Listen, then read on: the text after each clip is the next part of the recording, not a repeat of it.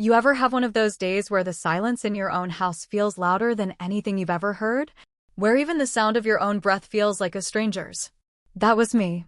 It started off like any other Friday evening, rain tapping against the windows, soft, steady, like a lullaby I couldn't fall asleep to. My husband was out of town again, his voice reduced to a missed call and a dry text that read, "Work's crazy. Don't wait up. No, I miss you. No, how are you holding up?" Just silence. And in that silence, something in me cracked. You see, people think infidelity is always about sex, about lust. But it's not. Sometimes it's about being seen. It's about the way you start to disappear, slowly, inside your own life. It's about folding laundry at midnight with tears you didn't realize were falling. It's about remembering the last time someone touched your face like it meant something and not being able to recall it. So when I heard that knock on my door that night, I should have just stayed curled up on the couch. I should have ignored it. But I didn't, because when you're starving for connection, even the wrong knock sounds like salvation. It was my brother-in-law, and behind him, 3 of his friends, laughing, loud, alive. They brought the kind of energy I hadn't felt in years, the kind that reminds you you're still a woman, not just a role you play in a quiet house. I didn't plan for it. I didn't even want it, at first. But when I let them in, when I opened that door, I didn't realize I was unlocking more than just the house. I was unlocking a part of myself I'd buried so deep, I forgot it existed. And what happened next? God. Even now, it's hard to speak it out loud. But I need to. Not for the gossip. Not for the shock. But because maybe, just maybe, someone out there knows what it's like to be lonely with someone. To crave something you stopped asking for. To be so invisible. Even a glance can feel like love. So stay with me. Listen. Not a judge, but to understand. Soft music fades in gently. Subscribe to Heartfelt Tales Unfold, because the next story might be the one you've never dared to tell out loud. I'm 36. No kids. Married for 9 years. We used to try. In the beginning, we tried so hard. Tracking ovulation, eating better, praying over little plastic tests in the bathroom at 2 in the morning. Then, after enough heartbreak, we just stopped trying. And somewhere between all the appointments and the disappointments, he stopped seeing me. He's a good man. At least, that's what everyone says. Hardworking, reliable, always providing. But providing isn't the same as being present. Most weeks, he's gone before I wake up and home after I've gone to bed. Sometimes I hear the front door open at midnight, hear the sound of his bag hitting the floor, his footsteps pausing at the bedroom. Then nothing. He never comes in. It's like we live parallel lives, sharing a house, but not a home. We talk about bills, groceries, the water heater, but we haven't talked about us in a very long time. I spend my days pretending I'm fine, cleaning a house that stays too clean, rewatching old shows so the silence doesn't swallow me, filling the void with wine and late-night scrolling. My brother-in-law, Darren, drops by sometimes. He's younger than my husband. Warmer. He always has this half-smile like he knows a secret but won't say it out loud. He lives just 10 minutes away. Always has friends over. Sometimes they tag along when he visits. Sometimes they stay longer than they should. There's Malik. He's the kind of man who knows exactly how good-looking he is. Everything about him feels smooth. His voice, his walk, even the way he holds a glass like the moment itself belongs to him. Then there's Eli. He barely speaks. Just watches, not in a creepy way. More like he's listening for something no one else can hear. There's a stillness in him that makes you pay attention, even when he says nothing. And Jordan. Jordan's the one who makes you laugh even when you don't want to. He says things that toe the line, sometimes crosses it. But he always does it with a grin that makes you wonder if you imagined it. They'd all been to the house before. Game nights, barbecue Sundays, birthdays. But that night felt different. Not because of what they did, but because of what I felt. It wasn't lust. Not at first. It was attention. Laughter. Being asked if I needed help with the dishes. Having someone actually look at me when I spoke. That used to be my husband. Now it was Malik, offering to open the wine. Jordan, cracking jokes about the playlist I'd put on.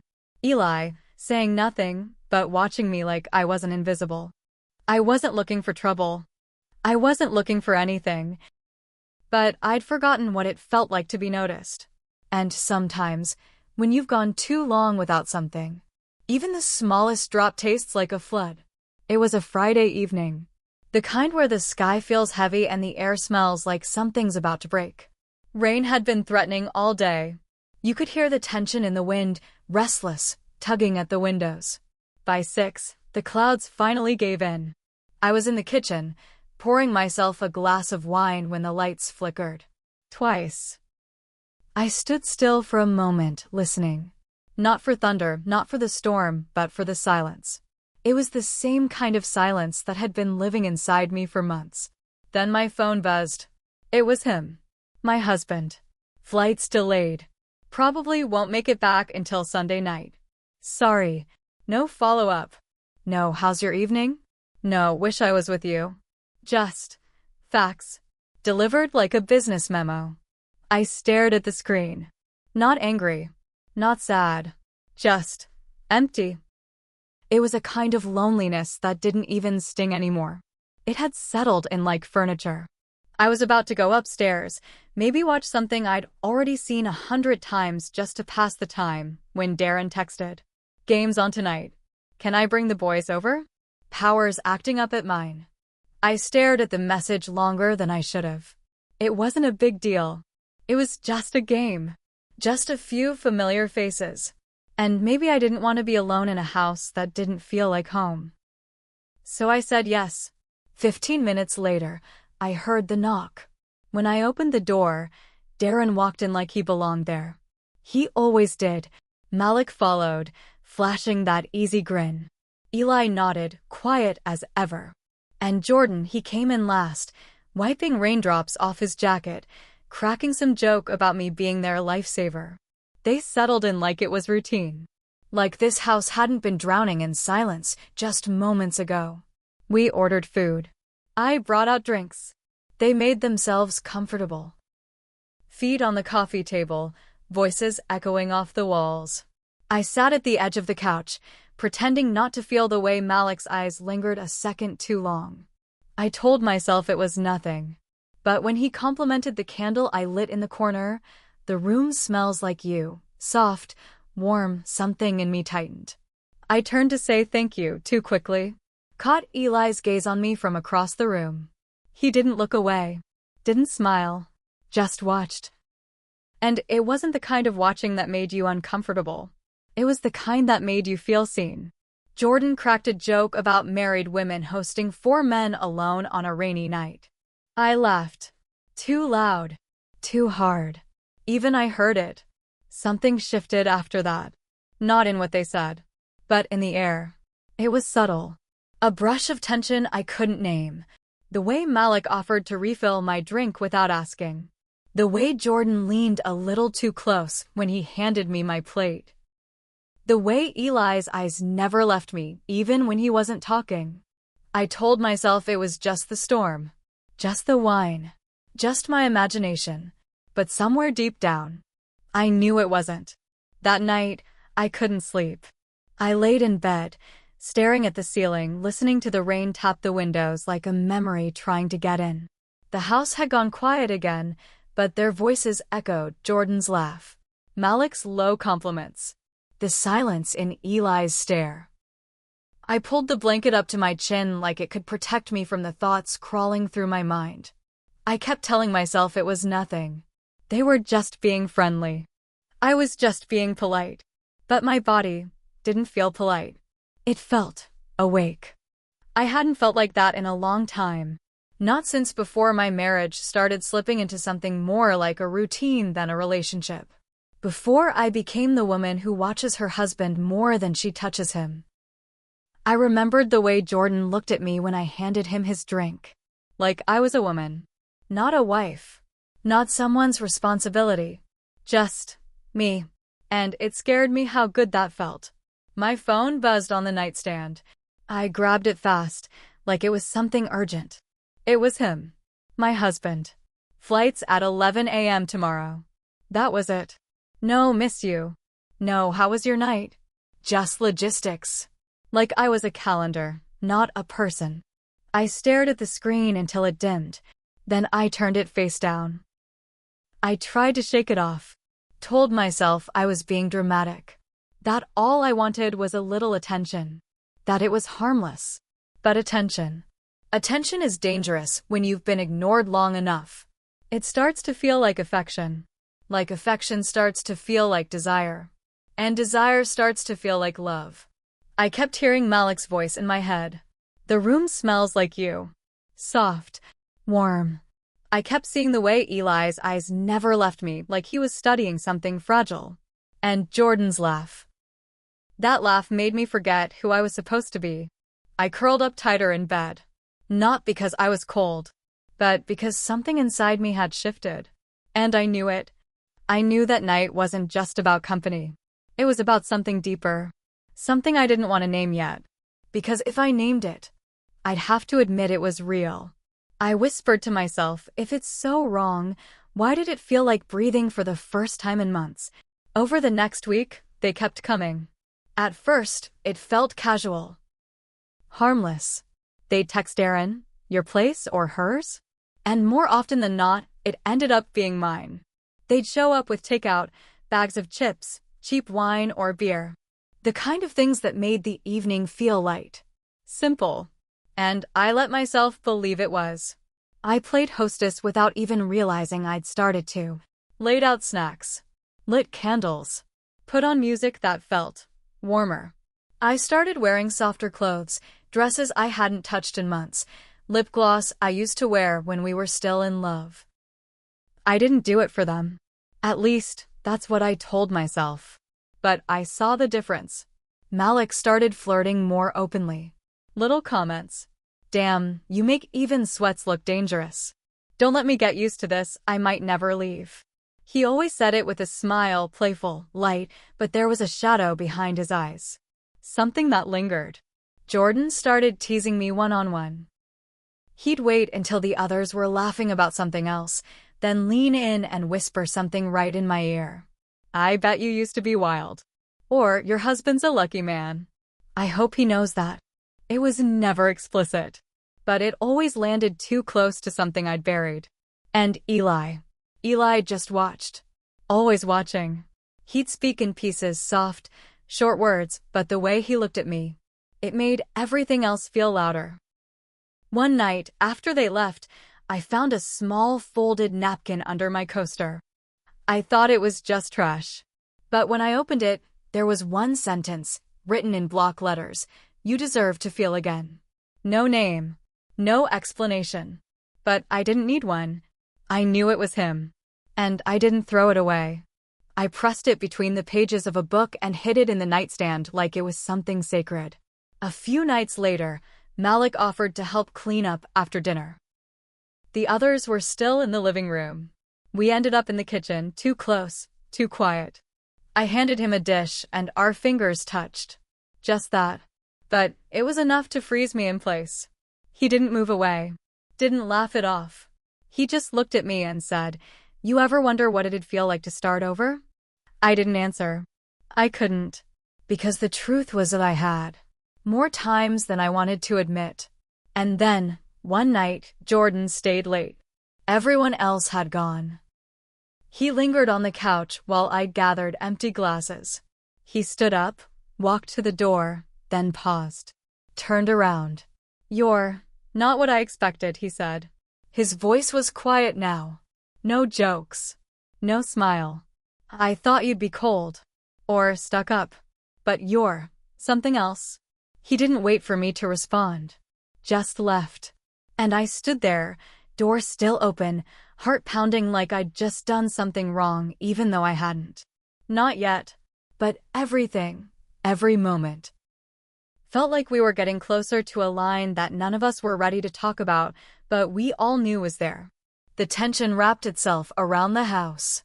In every look, every word, every pause that lasted too long. And I was caught in the middle of it, not running, not stopping it, just standing there, waiting to see who would cross it first. It was raining again. The kind of rain that didn't just fall, it poured, relentless and full of purpose. The kind that wraps around a house like a secret. I was home alone. My husband was out of town. Again. Some conference in Abuja, or maybe it was Port Harcourt. I didn't even ask this time. His goodbye was short. A peck on the cheek. A hand on my back that felt more like a habit than affection. No warmth. No looking back. The silence returned, heavier than ever. I lit a candle. Poured a drink. Put on music I used to love. Tried to remember what it felt like to be someone other than a shadow. Then, a knock. No text. No warning. Just the sound of knuckles against the door, soft but certain. I opened it without thinking. They were all standing there. Malik, Eli, Jordan. No excuses. No game night. No food in hand. Just them. I could have asked why they were here. I could have said it wasn't a good night. But I didn't. I stepped aside. And they walked in. The air changed immediately. Heavier. Like the room knew what was coming before any of us did. They sat where they always sat, familiar, easy. But no one turned on the TV. No jokes. No laughter. Just silence wrapped around us. I poured drinks. The music played low, like it was trying to disappear. And we just sat. I don't know how long the quiet lasted, but it was long enough to make the truth ache. I looked down at my glass, then up at them, and finally said it out loud. I'm tired of pretending I'm not invisible. No one laughed. No one shifted. Then one of them, I still don't know who, maybe it was all of them, said softly, then stopped pretending. I didn't speak again. None of us did. There was no script for what followed. Just the sound of the rain. The hum of a song I didn't recognize. And 3 sets of eyes that didn't look away. That night, I crossed a line I can never uncross. But for a moment, I felt chosen. Morning came too fast. The house was still. Too still. No footsteps. No voices. No laughter in the hallway. Just silence. They were gone. No note. No trace. Only the faint scent of cologne lingering in the living room. The glasses still on the table. The candle burned down to nothing. My body ached in a way I didn't expect. Not from what happened, but from what it meant. I went to the bathroom, turned on the shower, and just stood there. Let the water hit me. Let it burn, then freeze, and still I didn't move. I stayed until the steam was gone, until my skin was numb. I didn't want to look in the mirror. I couldn't, because I didn't know who I'd see. The wife? The woman who gave in? The girl who just wanted to feel alive? I wrapped myself in a towel and walked past the guest room. Didn't open the door. Didn't need to. The weight of it followed me anyway. My phone buzzed on the nightstand. I already knew who it was. Boarding now. Home by 3. No emoji. No, see you soon. No hint of what was waiting on the other end of the day. I stared at the message for a long time, then locked the screen. Put the phone face down. An hour later, Darren dropped by. He knocked like usual, but when I opened the door, he didn't come in. Just stood there, hands in his pockets, eyes lowered, then raised, just once, just enough. He didn't say a word. He didn't have to. His silence said everything. Then he nodded. Slight. Almost nothing. And left. A few hours passed. I checked my phone. A message from Malik. Just 2 words, no regrets. I didn't know if it was for me or for himself. Maybe both. Maybe neither. Then Jordan sent a meme. Something stupid. Something funny. I laughed. Then cried. Hard. I turned the sound off and set the phone down again. Eli never texted. Never called. And that was the part that stayed with me the most. His absence felt louder than anything the others had done or said. I kept checking, refreshing, hoping. Nothing. He disappeared like it never happened. Like I never happened. And I couldn't explain why that hurt more than the guilt. More than the shame. More than the fact that my husband would walk through the door in a few hours and everything would look the same, even though nothing was. That evening, we sat across from each other at the dinner table. Same spots. Same plates. Same dull lighting. He talked about his trip, flight delays, hotel food, someone from work forgetting an important file. He was scrolling through his phone between bites, barely looking up. I nodded in the right places, made a sound here and there to show I was listening. But I wasn't. I was watching him. Really watching. The way his eyes never met mine. The way his hand brushed the screen more gently than he ever touched my skin. The way his voice filled the room without ever asking how I'd been. And somewhere in that moment, I wondered if he found out. If he knew what I had done. Would he be angry? Devastated? Would he fight for me, demand answers, shout and cry and fall apart the way people do when they love someone they thought they could trust? Or would he just sigh? Like a man who'd finally been given permission to stop pretending. Like a man relieved to let go. The guilt sat heavy in my chest. But not heavier than the emptiness that got me there. I didn't cheat for the thrill. Not for passion. Not for some reckless moment of rebellion. I cheated because I was vanishing. Day by day. Word by word. Touch by absence of touch. And for one night, I felt seen. I felt real. But now I was both. The woman who was ignored and the woman who did the unthinkable. I stared at him as he scrolled. And I asked myself, do I tell him? Do I lay it all bare?